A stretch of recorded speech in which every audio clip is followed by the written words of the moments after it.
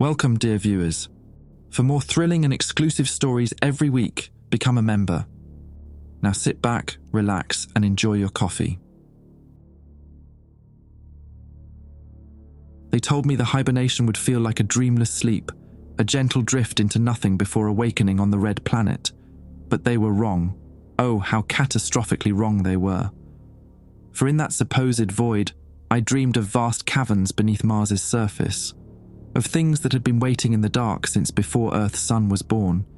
And when I finally clawed my way back to consciousness, I found that my pod had been opened from the outside, that strange mucus-like substances coated the walls, and that my reflection in the darkened screen showed eyes that were no longer entirely human, eyes that held the memory of eons and the hunger of something immeasurably ancient. But I'm getting ahead of myself. Let me start where it really began, not in some sterile NASA facility, but in my cramped apartment in Huntsville, Alabama, 3 blocks from where my old man used to work at Marshall Space Flight Center before the cancer took him. I was nursing my 3rd bourbon that Tuesday night when the call came through. Tobias Kellman, the voice was crisp, professional. This is Director Walsh from NASA's Deep Space Division. We have a proposition. I almost hung up, figured it was some elaborate scam, you know. But something in the woman's tone made me pause. Maybe it was the way she said my full name, or maybe it was the bourbon talking, but I stayed on the line. Mr. Kellman, your psychological profile from the Air Force caught our attention. Specifically, your performance during isolation training in Alaska. We need someone with your particular talents.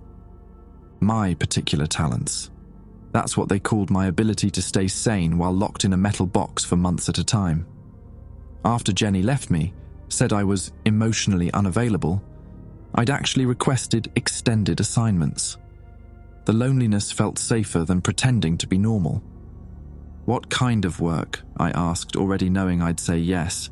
Hell, anything beat managing inventory at the aerospace contractor where I'd been wasting away since my discharge. Mars, she said simply. We're sending a 3-man advance team to prepare the surface for colonization. The hibernation technology is finally stable, or so we believe. 6-month journey, 2 years on planet, 6 months back. When you return, you'll be set for life. That should have been my first red flag. Nobody gets set for life anymore, not for anything. But I was desperate, and desperate men make stupid choices. 3 weeks later, I was standing in a medical bay at Johnson Space Center, staring at what looked like a high-tech coffin. Dr. Vance, a thin man with nervous hands, was explaining the hibernation process while I tried not to think about how much the cryopod resembled the casket we'd buried Dad in. The dreams are perfectly normal, he assured me, adjusting some sensor on my temple. Most subjects report vivid experiences.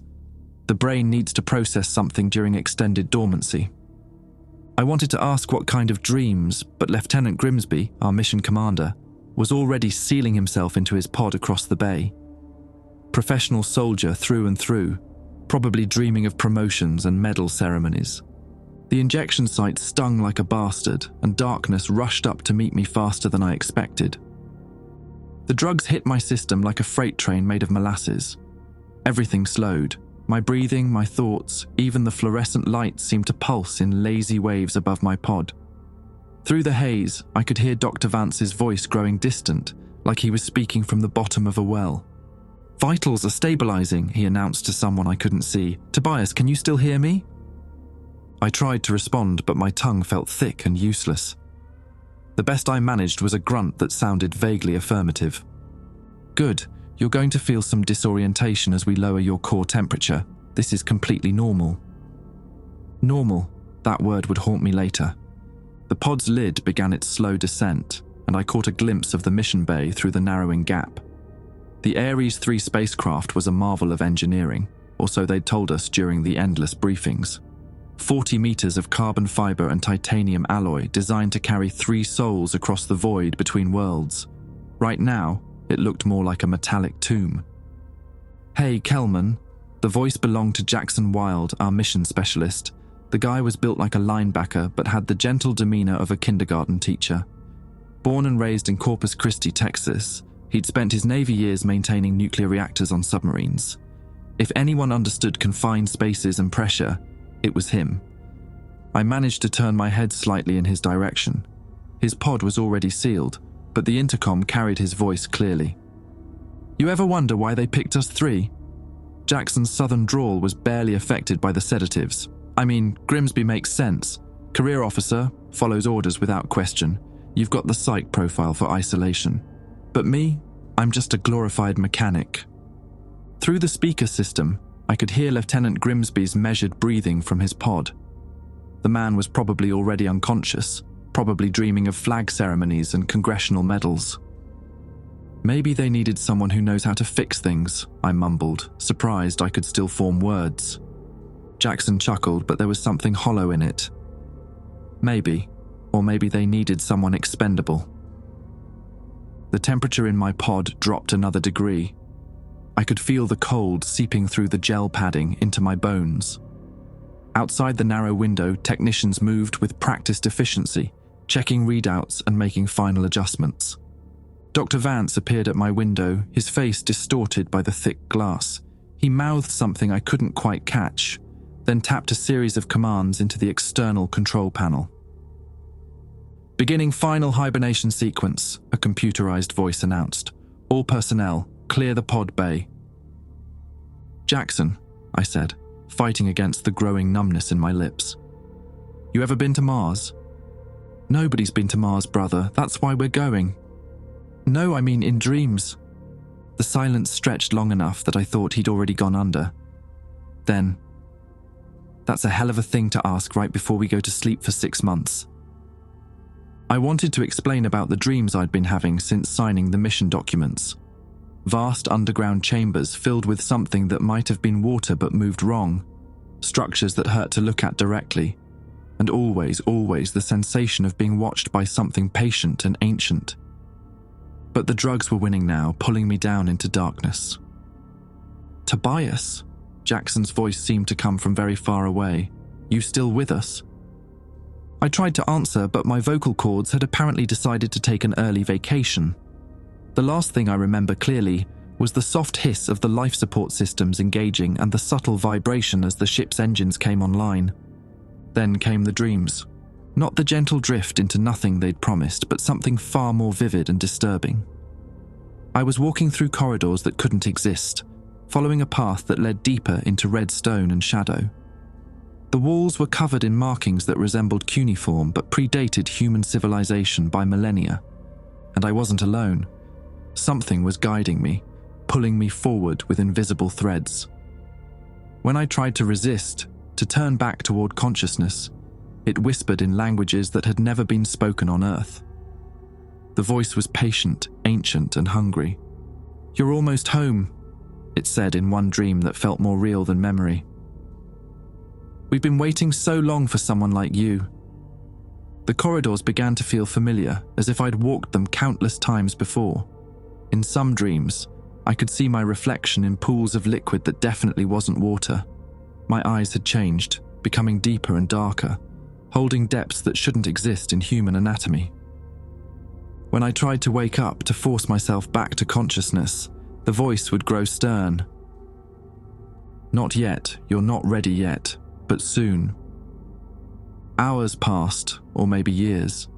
Time had no meaning in that place between sleep and something else entirely.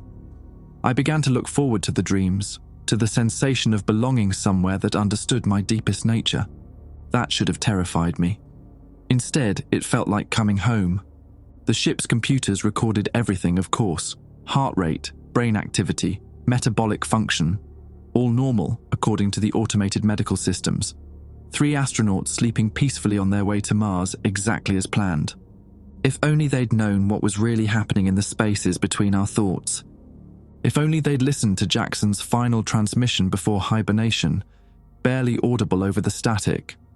Something's wrong with the dream programs. The AI keeps asking about caves. But by then, we were already too far from Earth for anyone to hear. The dreams changed as we crossed the asteroid belt. At first, I thought it was just my imagination, the landscape in my visions becoming more detailed, more specific. But then I started recognizing landmarks that shouldn't have existed in my subconscious.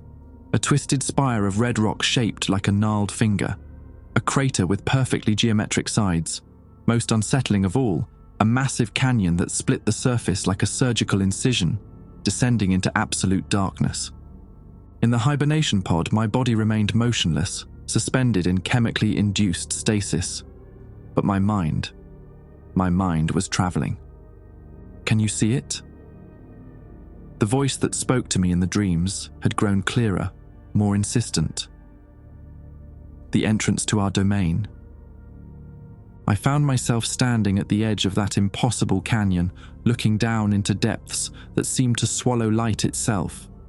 The Martian wind, could I really feel wind in a dream, carried scents of copper and ozone mixed with something organic and putrid. "Who are you?" I managed to ask, though my dream mouth felt sluggish and strange. "We are what remains," came the reply, not from any single direction, but from the rock itself. "What survived when the others fled? We have been preparing Mars for your kind for so very long." The revelation hit me like ice water. Preparing Mars, not waiting for us, preparing for us. "The terraforming projects," I whispered. "The atmospheric processes NASA sent ahead. Tools we guided your species to build. Instruments of welcome. You call them machines, but they are so much more." I tried to wake up then, tried to force myself back to consciousness, but the dream held me fast. Worse, I was beginning to suspect it wasn't really a dream at all. Meanwhile, 300 million kilometers behind us, Dr. Vance was having his own problems. The ship's communication array had been sending regular updates to Earth. Automated status reports, telemetry data, life support readings. Everything nominal, according to the computers. But buried in the data streams were anomalies that Vance's team was only beginning to notice. The hibernation pods were drawing more power than they should, not enough to trigger alarms, but a steady increase that suggested activity, brain activity specifically, in regions that should have been dormant.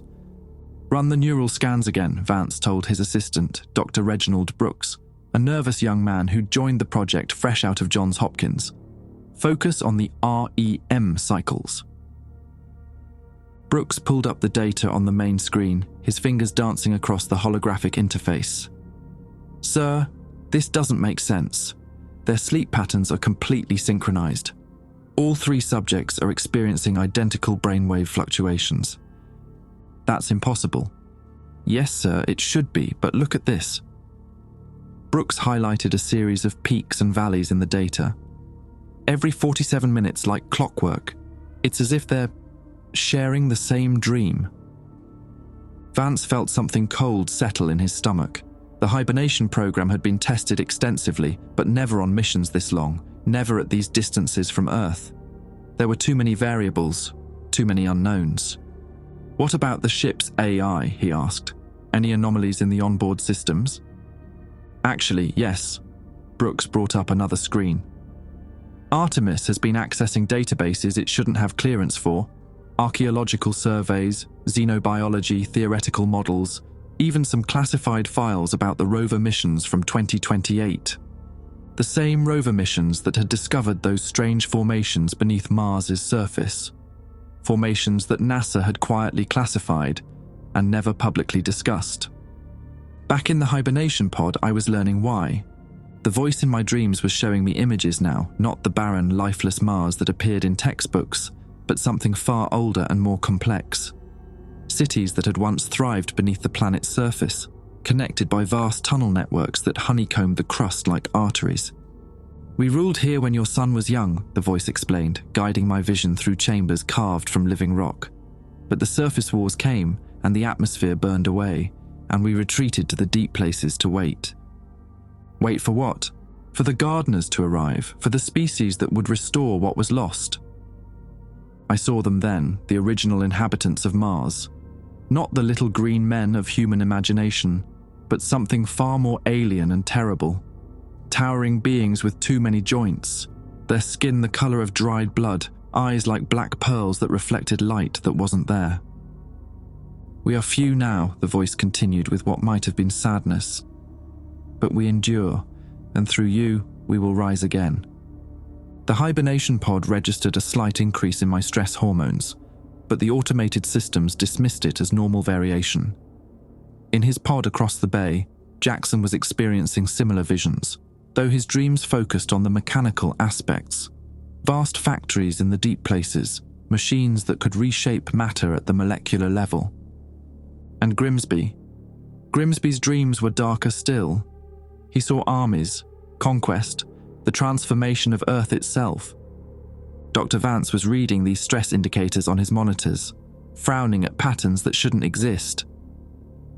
"Brooks, I want you to prepare a hibernation termination sequence. Something's not right here." "Sir, they're only 2 months into the journey if we wake them now." "The neural synchronization is getting stronger," Vance interrupted, pointing at the latest readings. "Look at this. It's not just their sleep cycles anymore. Their heart rates are matching, their breathing patterns, even their brain chemistry is beginning to align." Brooks studied the data with growing alarm. It's like they're becoming a collective consciousness. That was the moment Dr. Vance realized they'd made a terrible mistake. The hibernation technology wasn't just preserving the astronauts' bodies during the long journey, it was making them susceptible to something else entirely. Something that had been waiting in the space between Earth and Mars for exactly this opportunity. He reached for the emergency communication console, but before he could open a channel to the ship, every screen in the facility flickered and went dark. When the displays came back online 3 seconds later, there was a new message waiting in the communication queue. It was addressed to Dr. Vance personally, sent from the ship's AI system. "Thank you for the gifts," it read. "We will take good care of them." The message was signed with a symbol that didn't appear in any human language database, a twisted spiral that seemed to move when looked at directly. Dr. Vance stared at the screen, his hands shaking as he realized the full implications. They hadn't just sent 3 astronauts to Mars, they'd sent 3 potential hosts. And something ancient and patient was already beginning the process of preparing them for their new role. For 37 hours, the ship's communication systems remained silent. Dr. Vance hadn't slept since the mysterious message arrived. He'd spent those hours running diagnostics, cross-referencing databases, and making increasingly frantic calls to NASA administrators who seemed more interested in covering their asses than addressing the crisis. "We need to abort the mission," he told Director Walsh during their 4th emergency conference call. "The neural synchronization is accelerating beyond anything we've seen in testing." Walsh's image flickered on the secure video feed from her office in Washington. Behind her, Vance could see other officials huddled around tablets and laptops, their faces grim. "Dr. Vance, you're asking me to write off a $40 billion mission based on some unusual brainwave patterns and a computer glitch." "It's not a glitch," Vance insisted, his voice cracking from exhaustion. "The ship's AI is being influenced by something external, and the crew... Christ, look at these readings." He transmitted the latest neural scans to Walsh's terminal. The synchronized brain activity was now so perfectly aligned that the 3 separate readings appeared as a single waveform. "Even if I wanted to abort," Walsh said after studying the data, "we can't. The ship is too far out for a safe return trajectory. The crew would run out of life support long before they reached Earth." That's when Brooks burst into the communication center, his face pale with panic. "Sir, you need to see this immediately." Vance muted the call with Walsh and turned to his assistant. "What is it?" "The hibernation pods. Something's happening." On the ship, Lieutenant Grimsby was the first to wake. Not the gentle emergence from hibernation that the medical protocols called for, but a violent, gasping awakening that triggered every alarm in the pod bay. His eyes snapped open, pupils dilated and unfocused, and he began clawing at the interior of his pod with desperate fury. The pod's automated systems, designed to gradually bring astronauts back to consciousness, registered his distress and began emergency revival procedures for all 3 crew members. I felt the drugs leaving my system like poison being drawn from a wound. The dreams didn't fade gradually, they were ripped away, leaving me disoriented and nauseous. My pod hissed open, releasing a cloud of vapor that smelled like copper and ozone. "Jackson," I croaked, my voice barely recognizable. "Jackson, you okay?" From his pod came only silence. Grimsby was already up, moving with jerky, unnatural motions toward the pod controls. His back was to me, but something about his posture seemed wrong. Too rigid, like a marionette being controlled by an inexperienced puppeteer. "Lieutenant," I called out, struggling to extract myself from the hibernation gel. "What's our status?" When he turned around, I understood why the dreams had felt so real. Grimsby's eyes were no longer entirely human.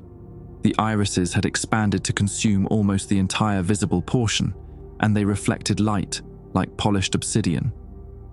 More disturbing still, they held an intelligence that was ancient and patient and utterly alien. "The status," he said in a voice that was his but wasn't, "is that we have arrived." I looked at the navigation display mounted on the wall. According to the chronometer, we were still 4 months out from Mars, but through the observation window, I could see red landscape where there should have been stars. "That's impossible," I whispered. "Your species has such limited understanding of possibility," Grimsby replied, his head tilting at an angle that would have broken a normal human's neck. "We have been teaching your computers to navigate by different rules." I finally managed to free myself from the pod and immediately checked on Jackson. His hibernation unit was still sealed, but the readouts showed massive neural activity. Through the transparent aluminum cover, I could see his body convulsing as if he were fighting something in his sleep. "What did you do to him?" I demanded. "The same thing we are doing to you," Grimsby said, and began walking toward me with that same mechanical gait. "Integration requires consensus. Your friend is resistant."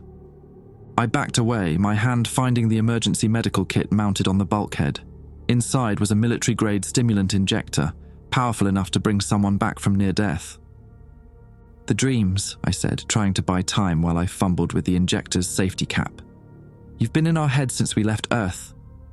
"Since before you left Earth," Grimsby corrected. "Your hibernation technology created the perfect gateway. Reduced consciousness, enhanced receptivity, perfect conditions for recruitment."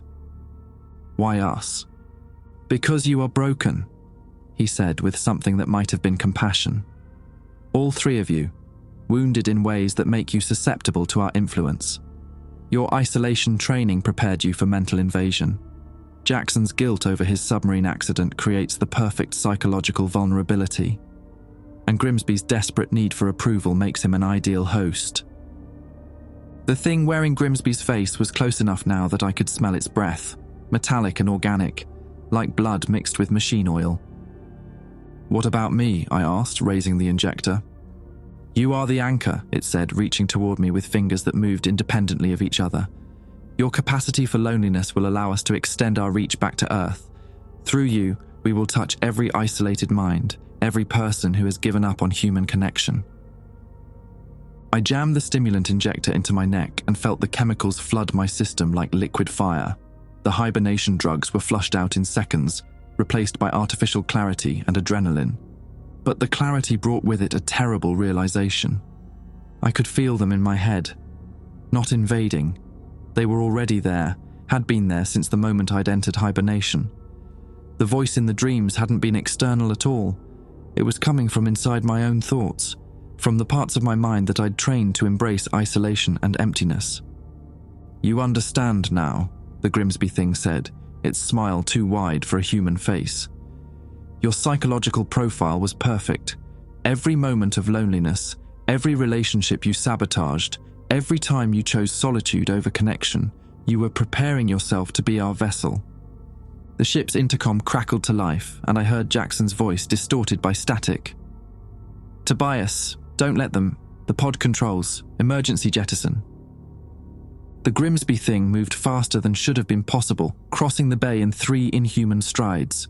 It reached Jackson's pod and began entering commands on the external console. "No!" I shouted, launching myself across the space between us. But I was too late. Jackson's pod sealed completely and began its ejection sequence. Through the small window, I could see his face contorted in a silent scream as his hibernation unit detached from the ship and began its slow tumble into the Martian atmosphere. "He would have fought us," the thing said matter-of-factly.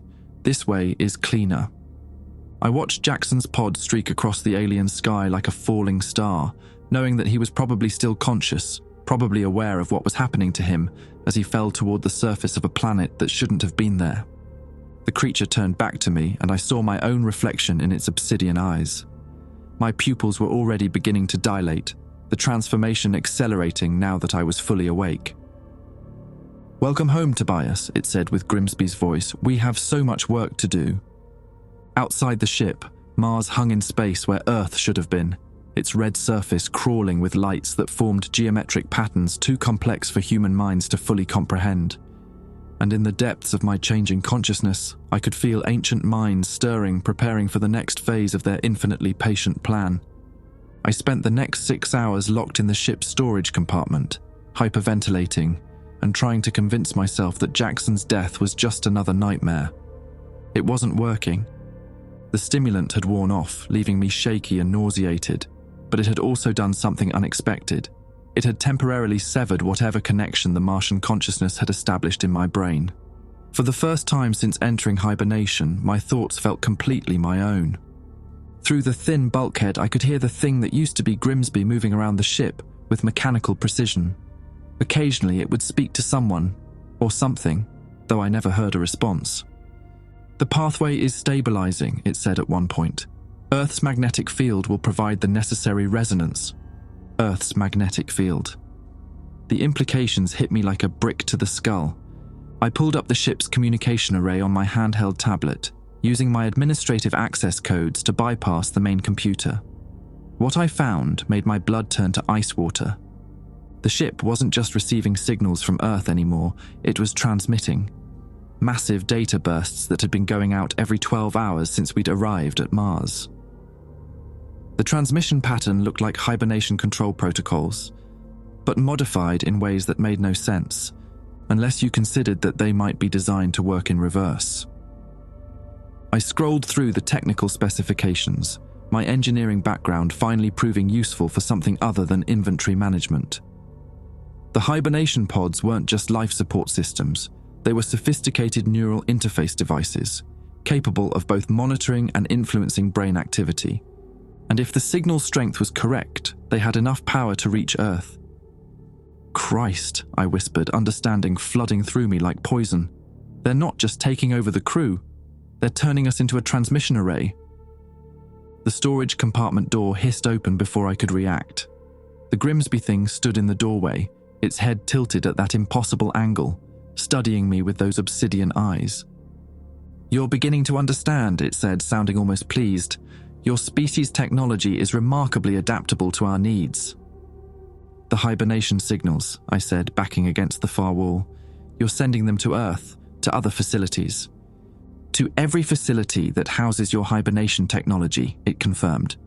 "Hospitals, research centers, military installations. Your people have been so eager to extend human consciousness beyond the limitations of biology. We are simply helping." The full scope of their plan became clear. Every person in hibernation anywhere on Earth was now potentially susceptible to the same neural invasion we'd experienced. Patients in medical facilities, soldiers in suspended animation for long-term deployments, researchers testing extended consciousness transfer. "How many?" I asked. "Currently? Approximately 47,000 humans are in various states of artificial hibernation on your planet. By tomorrow, that number will double as medical facilities implement emergency protocols in response to the technical difficulties our signals will cause."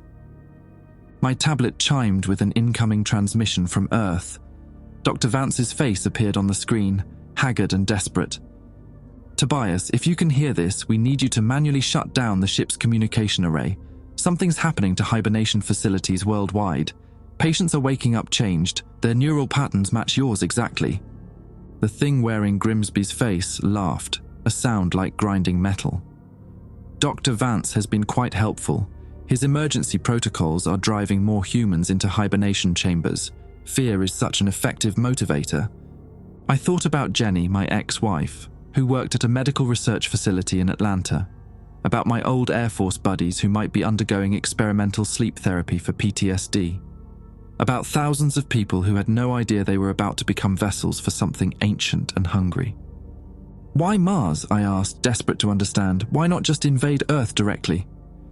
"Because Mars was always the gateway," it replied. "Your red planet, as you call it, exists at a crucial junction between dimensions. We have been dormant here for eons, waiting for a species advanced enough to build the bridge we required." The ship shuddered slightly, and I felt that familiar sensation of movement. Through the porthole, I could see that we were no longer in orbit around the red planet. We were heading back toward Earth. "The hibernation technology created the perfect conduit," the creature continued. "Reduced consciousness, heightened receptivity, neural pathways mapped and accessible. Your Dr. Vance's team unknowingly designed the most efficient mind control system ever conceived." I looked at my tablet again, scrolling through the mission parameters. We weren't supposed to return to Earth for another 2 years, but according to the navigation display, we'd reach home in less than 72 hours. "Impossible," I muttered. "The trajectory, the fuel requirements." "Your physics are limited," it said dismissively. "We have been teaching your computers to bend certain rules. Space is more flexible than your species understands." Another transmission came through from Earth. This time it was Director Walsh, her face tight with panic. "All hibernation facilities are to be sealed immediately. We have a code black situation. Repeat, code black. Any personnel exhibiting neural synchronization patterns are to be quarantined indefinitely." The Grimsby thing smiled. "Excellent. They're driving more subjects into the very chambers we need them to enter." I realized with growing horror that every countermeasure NASA was implementing would only make the situation worse. Quarantine protocols would put suspected individuals into medical hibernation. Emergency procedures would activate backup hibernation systems. Fear would drive people to seek the safety of controlled unconsciousness, all of which would expand the network of susceptible minds. "You planned this," I said. "Every step, the mission, the crew selection, even the emergency protocols." "We have had considerable time to prepare," it acknowledged. "Your species has been quite predictable in its responses to crisis." I felt something shift in my brain, a familiar presence trying to re-establish its hold on my consciousness. The stimulant was wearing off completely now, and whatever neural barriers it had created were beginning to dissolve. "Fight it," I told myself, gripping the tablet so hard my knuckles went white. "Find a way to fight it." But even as I thought it, I could feel my resistance weakening. The loneliness that had defined my entire adult life was reasserting itself, creating perfect conditions for mental invasion. The creature stepped closer, reaching out with fingers that moved independently of each other. "Resistance is pointless, Tobias. You were designed for this purpose. Every moment of isolation, every failed relationship, every choice to remain alone. You have been unconsciously preparing yourself to serve as our anchor to humanity." I had maybe minutes before my mind was no longer my own. I looked at the tablet in my hands, at the communication array controls, at the emergency system overrides that only mission personnel could access. There was one option, one desperate, probably suicidal option. I could overload the ship's reactor and destroy the transmission array before we reached Earth. It would kill me, kill whatever was left of Grimsby, and prevent the signal from reaching its destination. But it would also strand Jackson on Mars, assuming he was somehow still alive. The choice was simple: save myself and doom humanity, or sacrifice everything to buy Earth a few more hours. As the alien presence crept deeper into my thoughts, I made my decision. The reactor core was located 3 levels down from the main cabin, in a section of the ship I'd only visited during pre-flight training. As I made my way through the maintenance corridors, the Grimsby thing's voice followed me through the intercom system. "You cannot stop what has already begun, Tobias. Even now, the awakening spreads across your planet like a virus of consciousness." I ignored it, focusing on the emergency override procedures I'd memorized during safety training. The Ares 3's fusion reactor was designed with multiple failsafes, but there was a backdoor protocol for catastrophic situations, a way to deliberately cause cascade failure if the ship was compromised. The irony wasn't lost on me. The protocol was designed to prevent the ship from falling into enemy hands. They just hadn't anticipated that the enemy would be inside our heads. The reactor chamber was a cathedral of humming machinery, all clean lines and blue-white light. At its center, the fusion core pulsed like a mechanical heartbeat, contained within a magnetic field that could snap human bones if it fluctuated by even a fraction of a percent. I pulled up the override console and began entering my authorization codes. The system prompted me for secondary confirmation. Protocol demanded 2 senior officers to authorize reactor destruct. I entered Grimsby's codes from memory, hoping his neural changes hadn't affected his security clearance. Access denied. Shit, I muttered, trying again. The system had locked me out after the second attempt. That's when I heard footsteps on the maintenance ladder behind me. You always were too predictable, Kelman. I turned around slowly, my blood turning to ice. Jackson stood on the maintenance platform, very much alive, but changed in ways that made my stomach churn. His skin had taken on a reddish hue, and his eyes held the same obsidian depth as Grimsby's. But worse than that, his fall to Mars had left him broken in fundamental ways. His left arm hung at an impossible angle, and there was a section of his skull that had been caved in and somehow reconstructed with what looked like metallic fibers. "You're supposed to be dead," I whispered. "Death is a human concept," he replied in a voice that was part Jackson, part something else entirely. "We simply repurposed the materials." He descended the ladder with jerky mechanical movements, his broken bones clicking against each other with each step. "Did you really think we'd let you destroy 4 billion years of preparation with a reactor overload? How are you even here?" I demanded. "Your pod was ejected into the atmosphere." Jackson's ruined face attempted a smile. "We collected the debris. Your friend's consciousness proved useful. His mechanical knowledge allows us to interface directly with your technology." Behind him, the Grimsby thing appeared at the top of the ladder, its movements now even more inhuman than before. Whatever was controlling it had stopped trying to mimic normal human behavior. "The transmission cannot be stopped," it announced. "While you have been attempting sabotage, the signal has reached Earth's ionosphere. The hibernation network is already responding." On cue, my tablet chimed with another transmission from Dr. Vance. His image appeared on screen, but something was wrong with his eyes. They held that same reflective quality I'd seen in my crewmates. "Tobias," he said in a voice that was too calm, too measured, "we've made contact with your ship.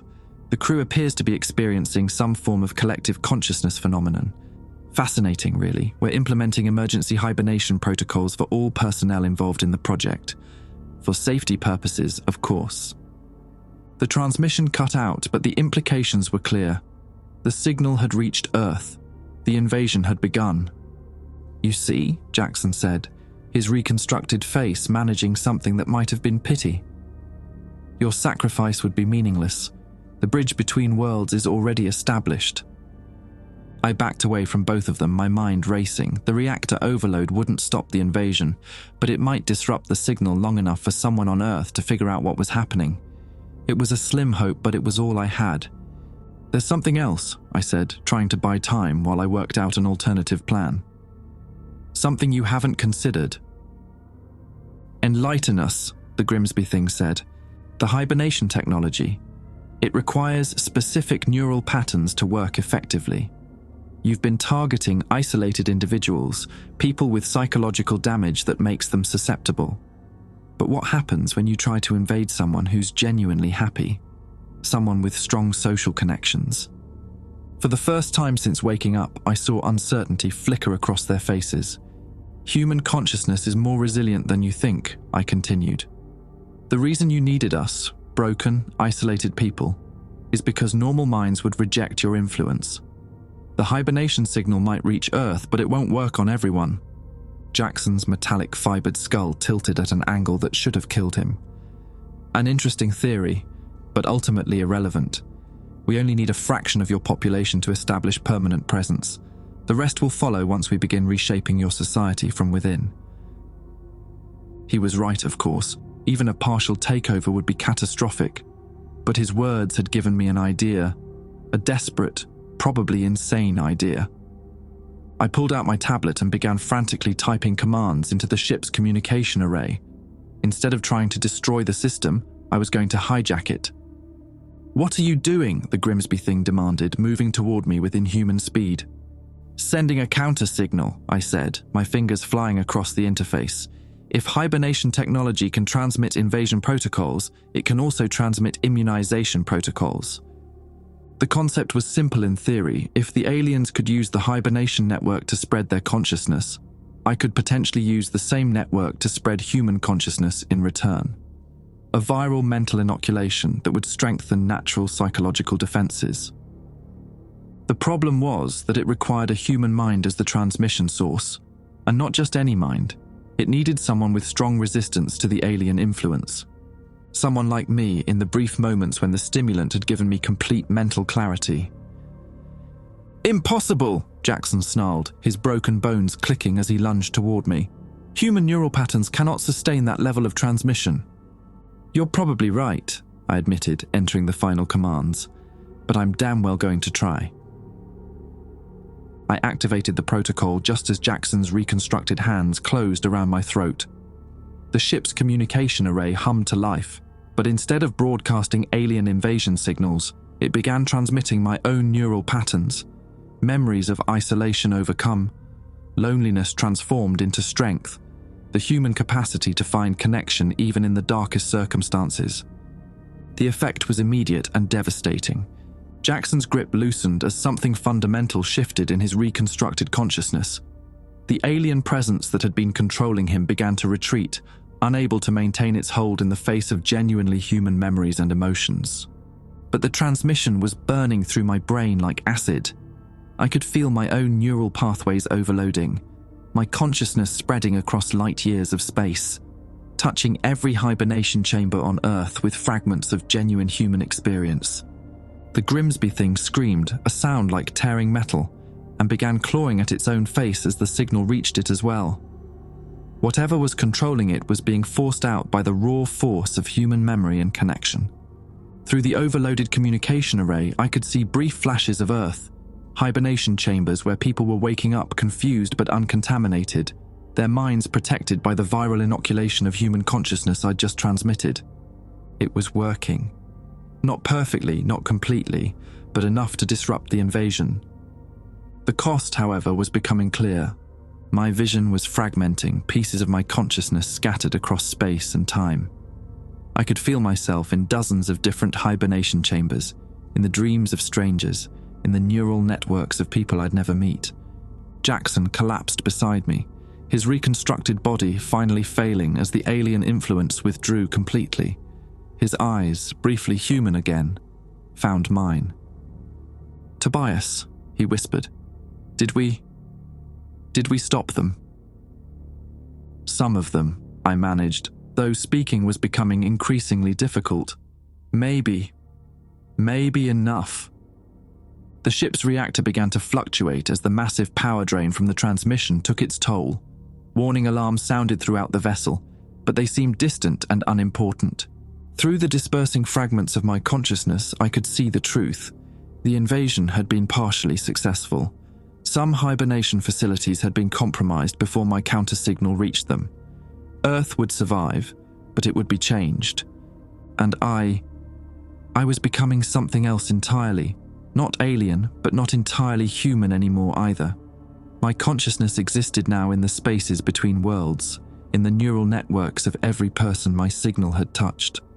The last thing I saw clearly was Jackson's face, peaceful for the first time since we'd left Earth, and the knowledge that we'd at least given humanity a fighting chance. Consciousness is supposed to be singular, contained within the boundaries of one skull, one brain, one lifetime of memories. But as I floated in the wreckage of the ship's communication array, I existed in fragments across space and time. I was Tobias Kellman, dying in a damaged spacecraft somewhere between Mars and Earth. I was also Sarah Chen, a trauma surgeon in Cleveland, waking up confused in a hospital hibernation chamber, her dreams suddenly filled with memories of Alabama childhood and failed relationships that weren't her own. I was Marcus Rodriguez, a PTSD patient in San Diego, experiencing the phantom sensations of space travel and alien invasion while his therapists tried to understand why his neural patterns had suddenly stabilized.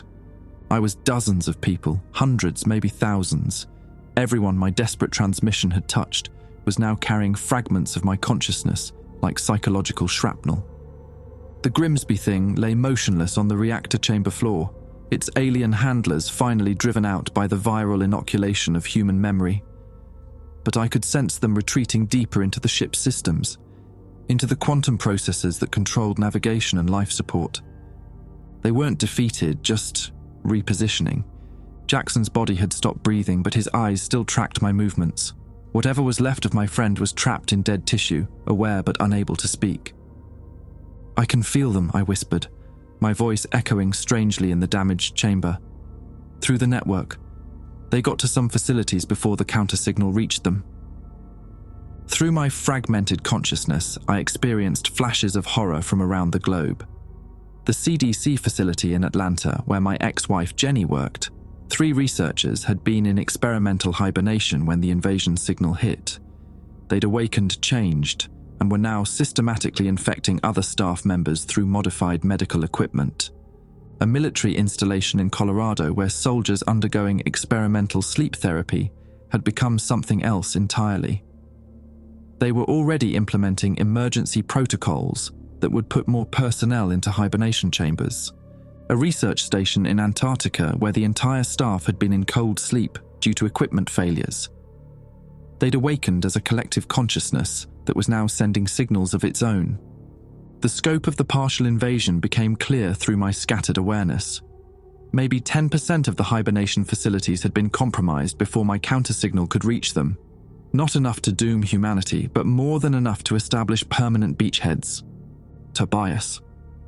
The voice came from Jackson's corpse, though his lips didn't move. Something was speaking through his body, using his vocal cords like a broken radio. "You've only delayed the inevitable. The bridgehead is established. We will spread from the infected facilities, slowly, carefully, avoiding detection until critical mass is achieved." I tried to stand, but my legs weren't responding properly. The neural overload from the transmission had done significant damage to my brain. I could feel sections of my consciousness slipping away, dissolving into the quantum foam of space-time. "Why?" I asked, though I wasn't sure if I was speaking aloud or just thinking very loudly. "Why Earth? Why humans?" "Because you are perfect hosts," the voice replied through Jackson's cooling corpse. "Intelligent enough to maintain our technology, but psychologically fragmented enough to be easily controlled. Your species' capacity for isolation makes you ideal vessels." Through the hibernation network, I felt a new presence stirring. Something vast and ancient, larger than the individual aliens that had invaded our minds. A collective consciousness that spanned solar systems, patient and inexorable. "We are Legion," it said, speaking through a dozen infected hibernation patients simultaneously. "We have consumed worlds beyond counting. Your Mars was merely our most recent way station." The ship lurched suddenly, artificial gravity fluctuating as the damaged reactor struggled to maintain power. Through the observation windows, I could see that we were approaching Earth's orbital space, but something was wrong with the planet's appearance. The northern hemisphere was dark, not the normal darkness of night, but an absolute black that seemed to absorb light. And in that darkness, geometric patterns of light pulsed with alien intelligence. "The infected facilities are already beginning Phase 2, the voice explained with mechanical satisfaction. "Conversion of your planet's infrastructure to support our form of consciousness." I felt a stab of panic that wasn't entirely my own, fragments of other minds sharing my horror as they witnessed their home world being transformed. Through Sarah Chen's eyes in Cleveland, I watched as the hospital's hibernation ward extended mechanical tendrils that burrowed through the building's walls. Through Marcus Rodriguez in San Diego, I experienced the terror of watching his therapy center reshape itself into something resembling a vast neural network. But there was something else in those fragmented perspectives, a stubborn human resilience that the aliens hadn't anticipated. Sarah was fighting the foreign memories in her head, using her medical training to understand what was happening to her consciousness. Marcus was organizing other patients, teaching them techniques to resist the psychological invasion. My desperate transmission hadn't just spread fragments of my consciousness, it had also spread the knowledge of how to fight back. "You made a mistake," I said, finding my voice again. "You assumed human consciousness was as isolated as human bodies. But we're social creatures. We share experiences, memories, emotions. When you invaded the Hibernation network, you accidentally connected us all." The alien presence recoiled slightly, uncertainty flickering through its vast awareness. "The individuals we touched aren't just carrying pieces of me," I continued, feeling strength returning as I realized the full implications. "They're carrying pieces of each other. Every person in the network is now psychologically connected to hundreds of others. You've accidentally created exactly the kind of collective human consciousness that can resist your influence." Through the network, I felt it happening. Hibernation patients around the world waking up with memories and experiences that weren't their own, but recognizably human. A trauma surgeon in Cleveland with the mechanical knowledge of a Texas Navy veteran. A soldier in Colorado with the emotional resilience of a psychiatrist in Minnesota. An Antarctic researcher with the social connections of a teacher from Vermont. The aliens had tried to create isolated, controllable vessels. Instead, they'd created a distributed human consciousness that was more resilient than any individual mind. "This is not possible," the voice said, anger replacing its earlier confidence. "Your neural patterns are too chaotic, too individualistic." "You don't understand humans at all," I replied, feeling pieces of my scattered consciousness beginning to coalesce around a new purpose. "We're strongest when we're connected, when we share our burdens, our memories, our hopes." The ship's intercom crackled to life and I heard voices, dozens of them, speaking in perfect synchronization from hibernation facilities around the world. "We are the counter-invasion. We are human consciousness united. We remember who we are."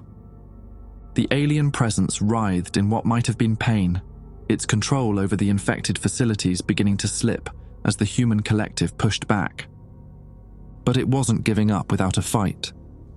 "If we cannot have your species as willing hosts," the voice snarled through Jackson's corpse, "then we will take your planet by force."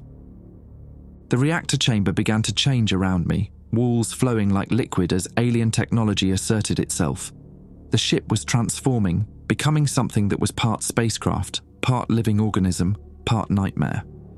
And through the observation windows, I could see similar transformations beginning on Earth's surface. The infected facilities weren't just converting humans anymore.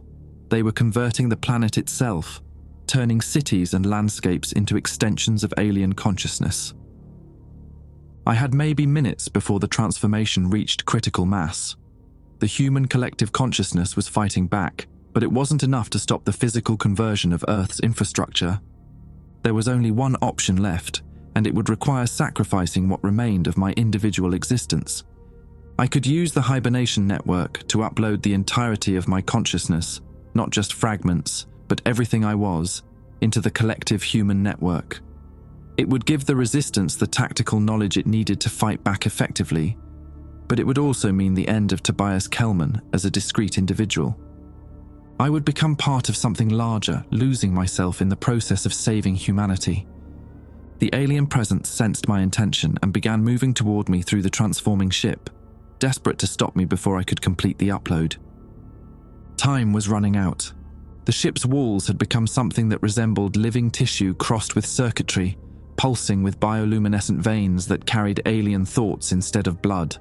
I dragged myself toward the communication console as the reactor chamber transformed around me, my legs still refusing to cooperate properly. Behind me, Jackson's corpse rose from the floor, animated by whatever alien presence had claimed it. The metallic fibers in his skull glowed with malevolent intelligence as he lurched forward with mechanical precision. "You will not complete the upload," the voice said through his ruined throat. "We will not allow human consciousness to contaminate our network." I reached the console just as biomechanical tendrils erupted from the walls, seeking to restrain me. The upload process required direct neural interface, a procedure that would leave me completely vulnerable for the 30 seconds it took to transfer consciousness. 30 seconds I didn't have. The first tendril wrapped around my wrist, burning like acid where it touched bare skin. I yanked my hand free, leaving behind patches of flesh, and slammed my palm against the neural interface pad. "Beginning consciousness transfer," the ship's computer announced in a voice that was becoming increasingly distorted.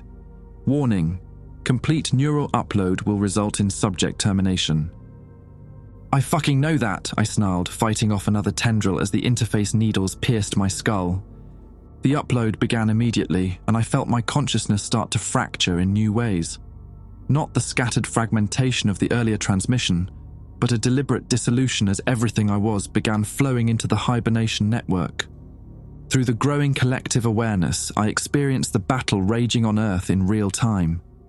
In Cleveland, Sarah Chen was leading a group of hospital staff in physically dismantling the infected hibernation equipment, using her borrowed mechanical knowledge to target critical systems.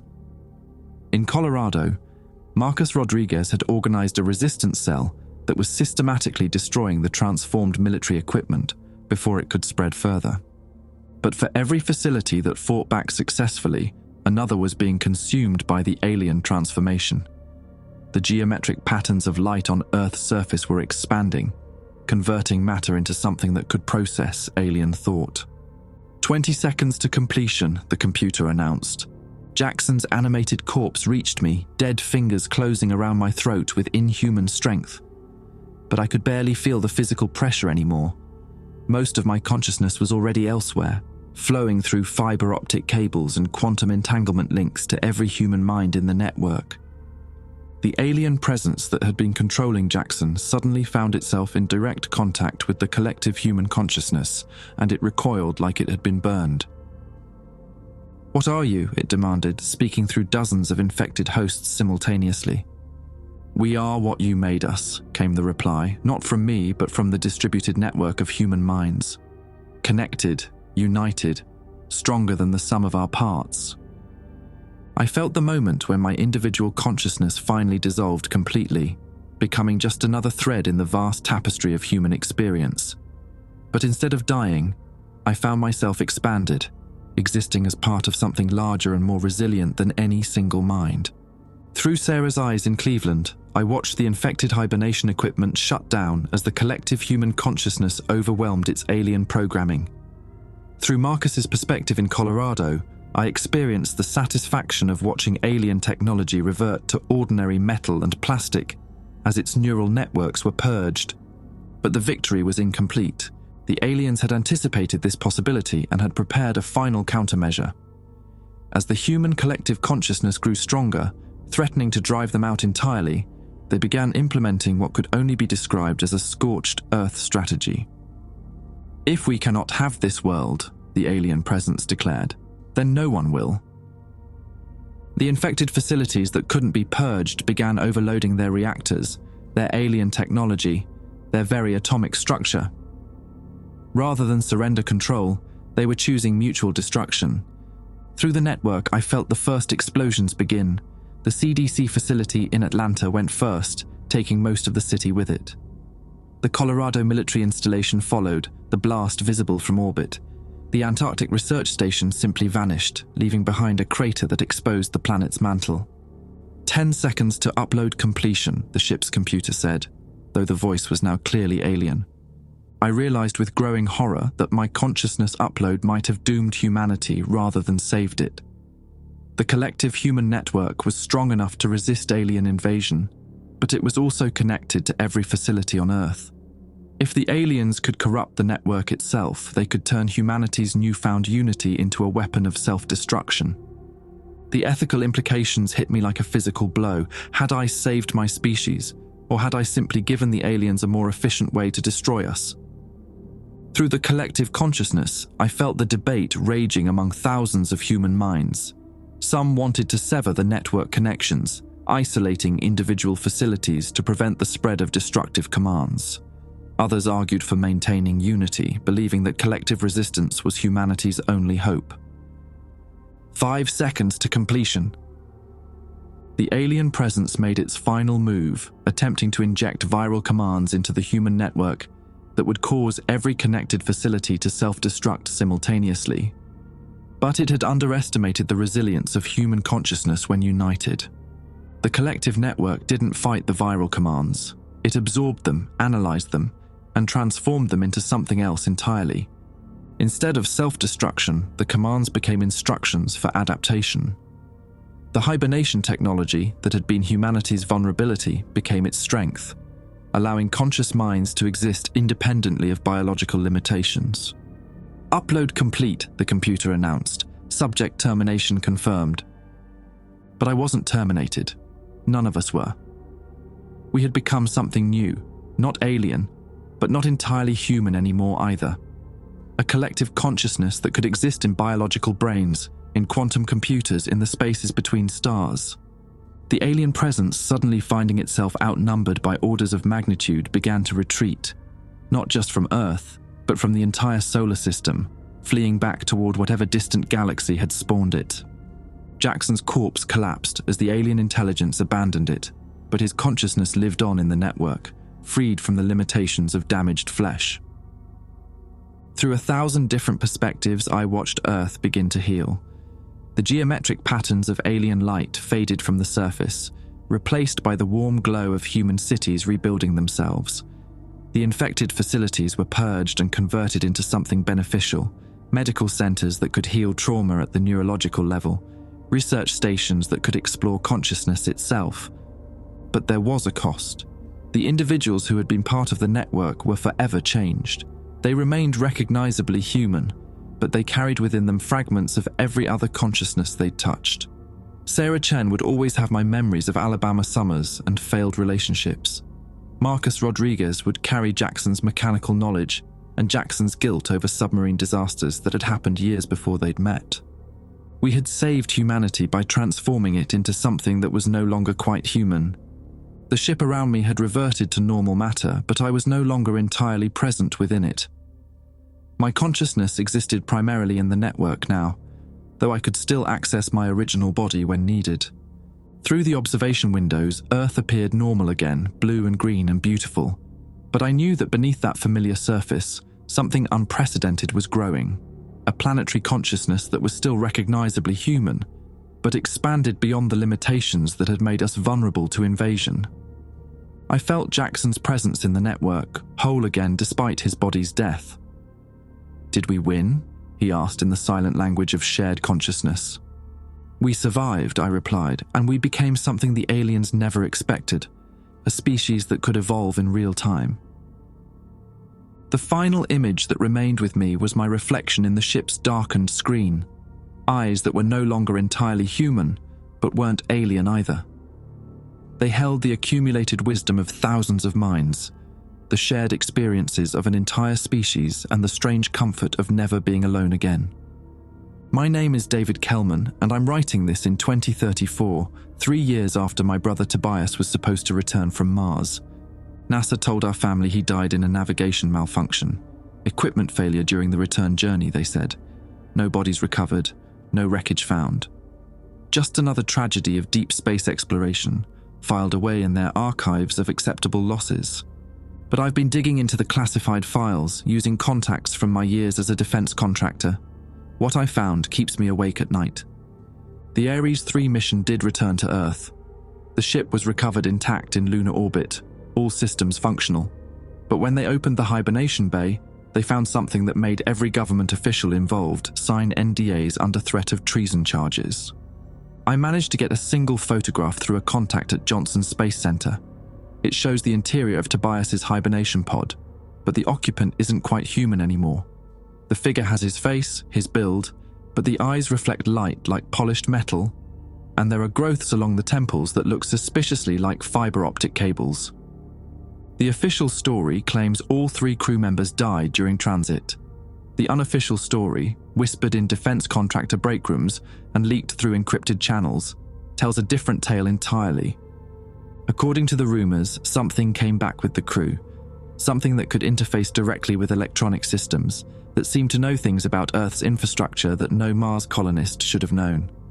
Something that spoke in 3 different voices simultaneously. The hibernation program was quietly terminated 6 months after the Ares 3 return. Every facility in the world received updated safety protocols that essentially banned the technology indefinitely. When pressed for explanations, NASA cited unforeseen psychological risks during extended consciousness suppression. But here's what really bothers me. I've been having dreams about Tobias. Not normal grief dreams, but something else entirely. Dreams where I can feel his presence, where he tries to communicate through images and sensations that don't quite translate into language. Sometimes I wake up with knowledge I shouldn't have. Technical specifications for spacecraft I've never seen. Memories of conversations I never had. Last week, I found myself unconsciously drawing schematics for hibernation equipment. The designs were more advanced than anything NASA had developed, incorporating neural interface technology that wouldn't be invented for decades. I wasn't alone in these experiences. Through online forums dedicated to unexplained phenomena, I found dozens of people reporting similar dreams. All of them have connections to aerospace, medical research, or military technology. All of them describe the same sensation of carrying foreign memories that feel fundamentally human, but expanded beyond normal consciousness. Dr. Sarah Chen, a trauma surgeon in Cleveland, posted about waking up with detailed knowledge of submarine maintenance. Marcus Rodriguez, a veteran in San Diego, described dreams of performing complex surgical procedures he'd never learned. Both insisted their experiences began around the time the Ares 3 mission was supposed to return from Mars.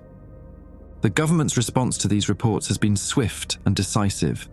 Anyone who comes forward with hibernation-related psychological anomalies is immediately placed under psychiatric observation.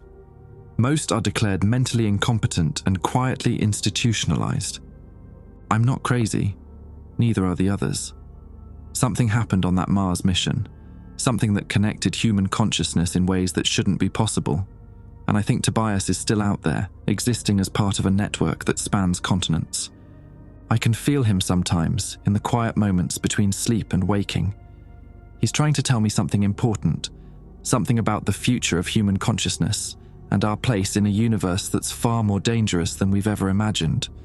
The hibernation technology was banned, but the effects remain. We're changing, evolving into something new, and I don't think we have any choice in the matter. Sometimes, in my darkest moments, I wonder if evolution was the point all along. Found in the personal effects of David Kellman following his disappearance in November 2034. No trace of him has ever been located,